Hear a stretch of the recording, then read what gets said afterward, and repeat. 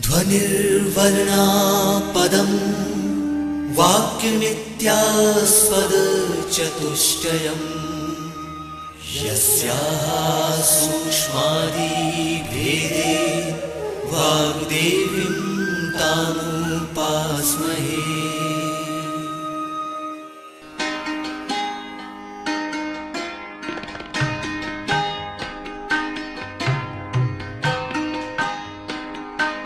Electronic Media Production and Research Center EMPRC of Madhya Pradesh Bhoj Open University presents its audio program series Art and Culture. Friends, you are going to listen to Professor Settar. He is discussing the topic Artisans of Mouryan Age. This lecture will be divided into two parts. Now, let's listen to the second part of audio lecture on Artisans of Mouryan Age. This audio program is recorded, edited and presented by Amar Bahadur Yadav.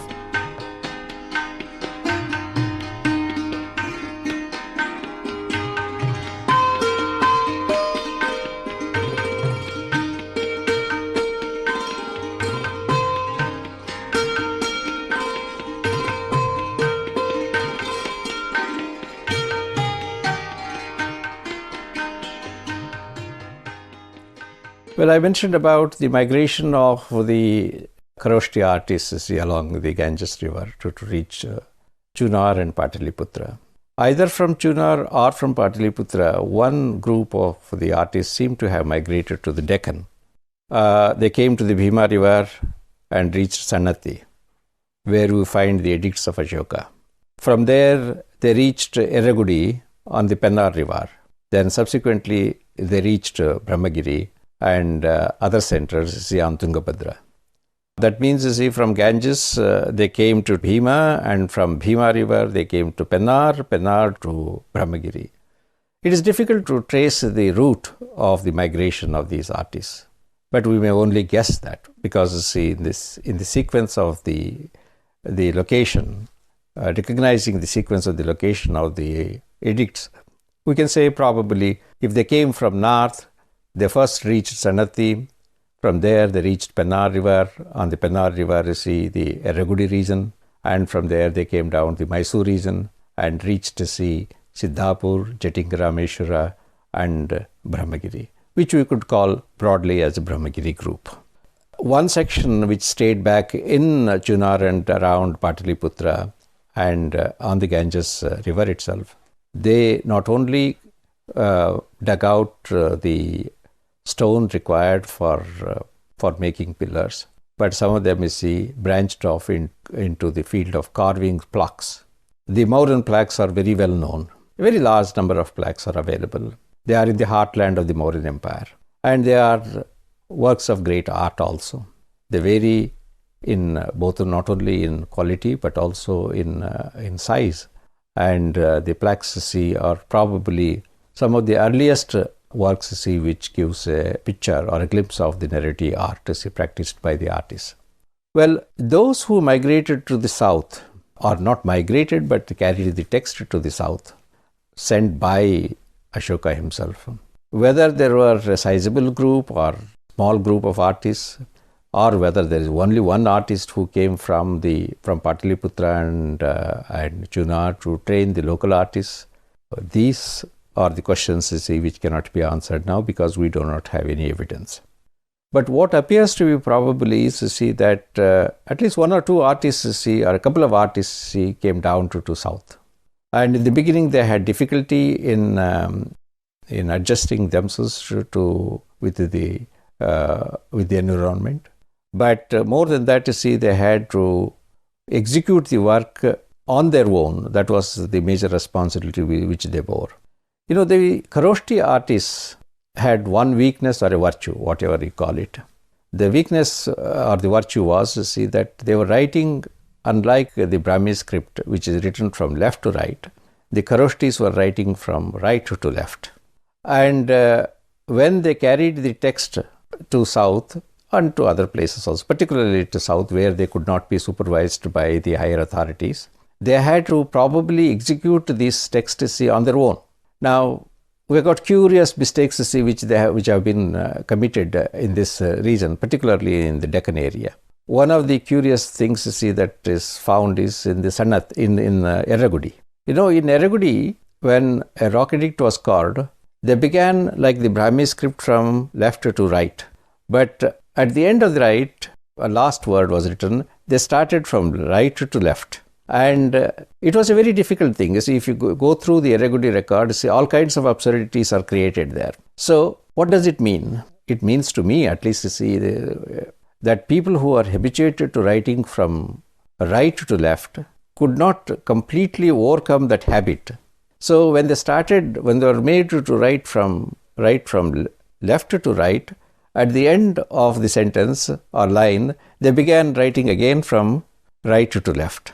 And the new sentence was started from left to right, once again right to left, like this. See, Erragudi inscription is a very strange inscription. All kinds of errors are known, which means the direction of writing was not perfected by these artists. And only those who are used to writing from right to left could have committed this mistake. This is one thing. Well, very soon they also realized the mistake which they were committing. And after carving an edict at Erragudi, they began to change and discipline themselves. Well, when Rajalamandagiri edict was carved, a better result came out.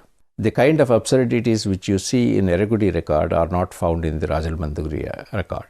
This is true of the Sannatti record also. Now, from that position, we can come down to the south, and for the first time in Brahmagiri, we meet an artist who not only is clearly identified as a Kharoshti, but he is also identified himself with his name. I think for the first time in the history of the country, an artist identifies himself with his work, and in the Ashokan records too. In Ashokan records, all Ashokan records were issued by the king himself. There was no scope for anybody to interpolate their names. And except the Queen's edict, which is issued on behalf after taking the consent of the king, there is no other name which occurs. Of course, the king himself could name the persons who are his neighbors. That is a quite different thing. But Ashokan records were issued by Ashoka himself. And there was absolutely no scope for anybody to incorporate their names. But when you come to the Deccan, we see a miracle happening. The miracle is that the artist who carved the edicts mentions his name as Chapada. Who gave him the liberty to mention his name, we do not know. Was it the liberty which was given to him by the imperial authority? Or did he take advantage of the distance between Pataliputra and Brahmagiri and added his own name?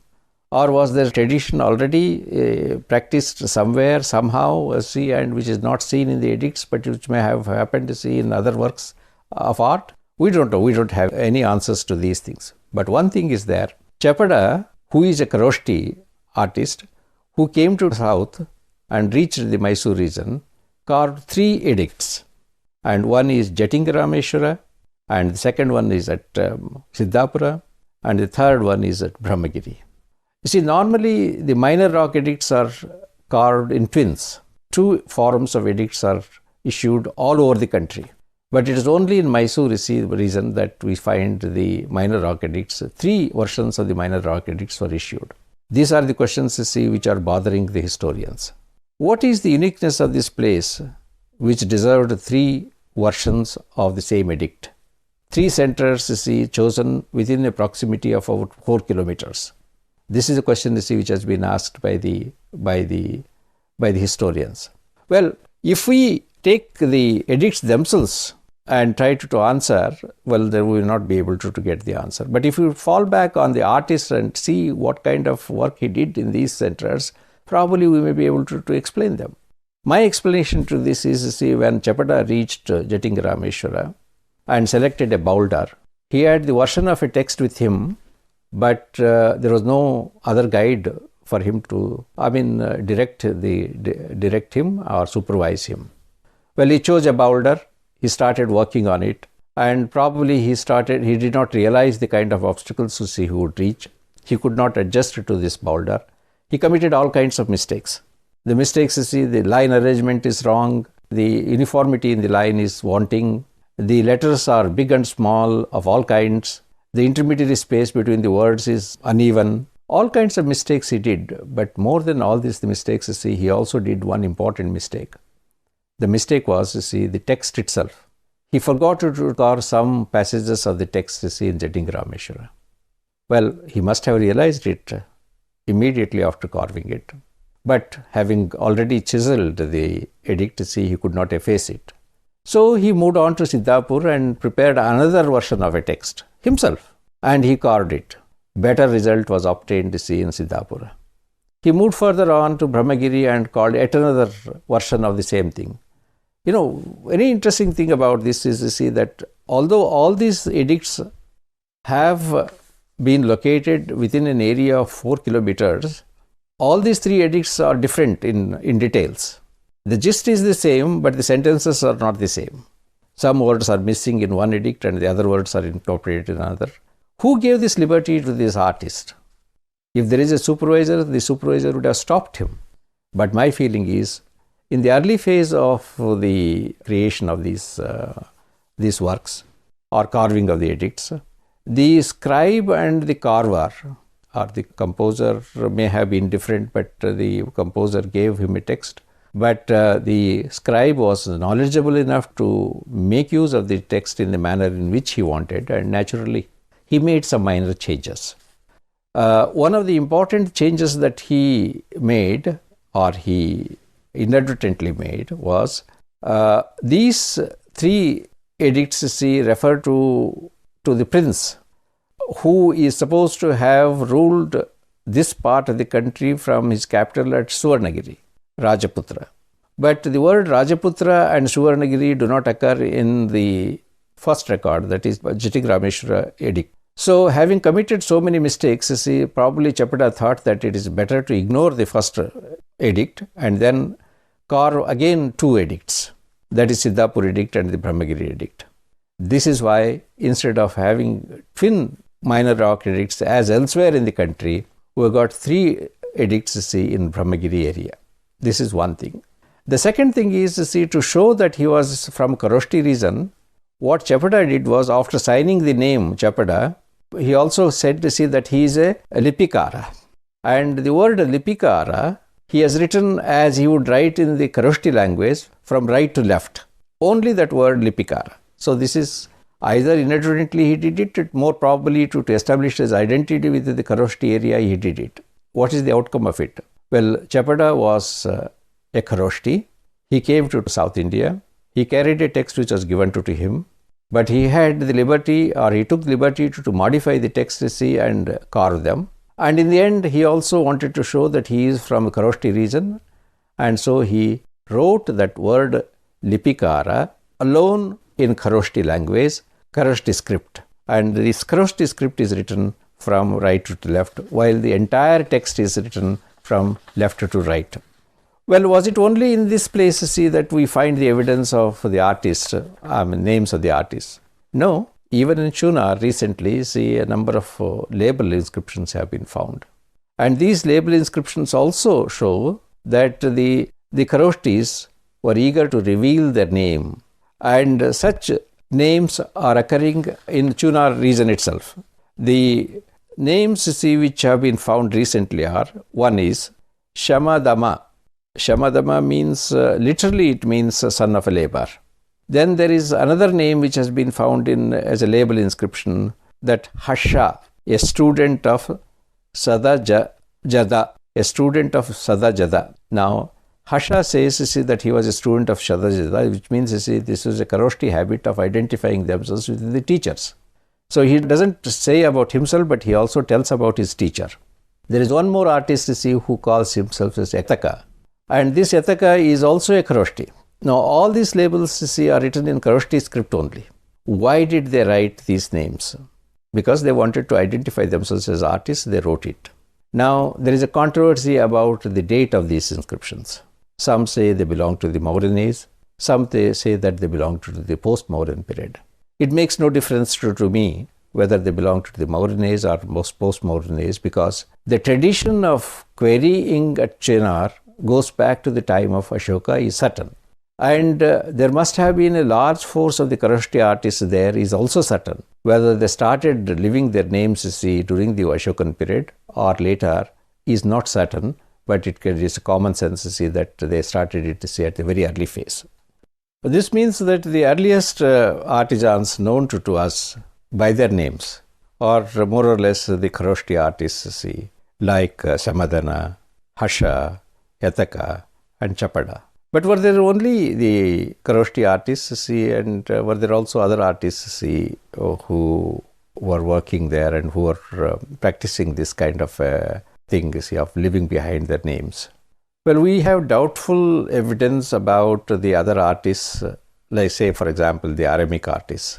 But there are two inscriptions carved in Aramic at Lagman, and there is a reference to a judge called Vasu, who is also carver of the edict.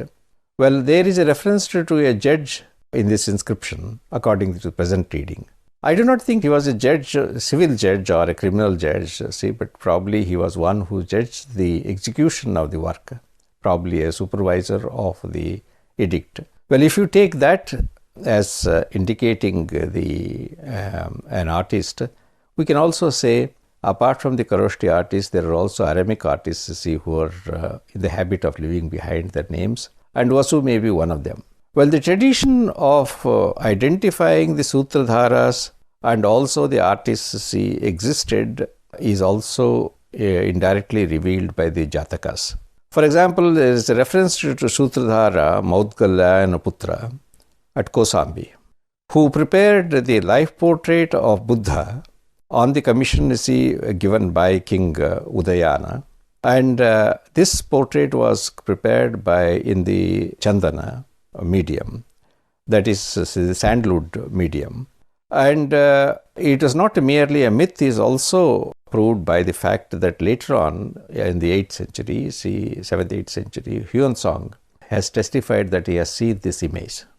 If we have to believe this reference, then we can say that the first Sutradhari we come across in the history, though it is a literary evidence, is Maudgalya Putra. And he was a resident of Kausambi. And the first king who commissioned an artist to work could be Udayana, King Udayana. And the first medium used for carving an image could be the sandalwood itself. Well, sandalwood or wood was very popular in those days, is very well known to us. In fact, the wood was extensively used for construction and carving during and prior to the time of the Mauryas. In one of the Jatakas, like Pannasa Jataka, which is more popular in Southeast Asia than in India, there is also another interesting reference. And in this Pannasa Jataka, King Prasenjit got an image of Buddha carved out of Go-Sirsha Chandana, that is ox-headed log of sandalwood at Shravasti. Now, this is a very interesting reference. Here again we come across Chandana being used as the medium. Again, Buddha is the object and the image is carved on the commission, on the requirement of a king, and the patron is very well known. So in both these cases we come across the names of the patrons, the medium used and the object. They both indicate that the first images carved during this phase of history were the portraits of Buddha. And one of these versions clearly makes it known to us that the life study or life portrait of Buddha was carved after observing every feature of his. And that is a kind of a version that we get. How far we have to believe it, we do not know, but there is a reference in Jatakas. We have to trust to an extent to see the Jatakas, because Jatakas, although do not go into the details of the fine arts, they do refer to the guilds of the artists. In the Jatakas, we come across 22 guilds mentioned as the guilds of the artisans. Guilds of the artisans are also, was saved by Kautilya. That means, by that time, there were already the community of artisans was well organized, and it had formed itself into, it was working through the guilds. These are the early references that we get, and probably the earliest ones as far as our knowledge goes at present. This means that the imperial authority of the Mauryas required the artisans services so much that it had to use the artisans very effectively and pleasing them and paying them properly. For the first time, we come across a situation in history where we witness a situation where the artist-dependent state emerges. So far, we were imagining the state-dependent artist generally, because if the state was not able to employ the artists, they were not employable. They did not have any work. Now, for the first time during the Ashokan period, we witness artist-dependent state. Imagine a situation, what would have happened to the mission of Ashoka if there were no artists, if there are no people to carve his edicts, if there are no artists to carve his freestanding pillars, which symbolizes imperial authority, if there are no capitals which glorified his name later on, which perpetuated his name subsequently, there are no artists who could build the palaces, the kind of palaces which are built in Pataliputra and elsewhere. It is this which made the state depend on the artists, and no longer the artist depend on the state. Well, Kautilya has a different view of it. Kautilya looks down on artists. He doesn't trust them. He doesn't believe them. He taxes them. But the thing is, that Kautilya is not talking about the fine artists, but he is only talking about the artists or the artisans or the craftsmen who produce the consumer goods. But what Ashoka needed was the artists. What Kautilya was talking about was the producers of consumer goods. And there is an ocean of difference between the two. If you compare the observation of Kautilya and the observation of Megasthenes, Megasthenes appears to be much nearer to the fact, much nearer to the situation which existed in the Mauryas. And that's why we have to trust Megasthenes' version that artists were treated with utmost dignity by the Mauryan kingdom.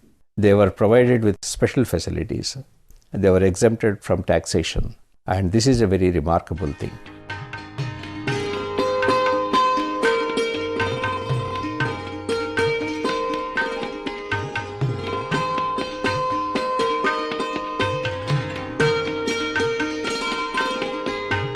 You have just heard the second part of audio lecture on Artisans of Mouryan Age.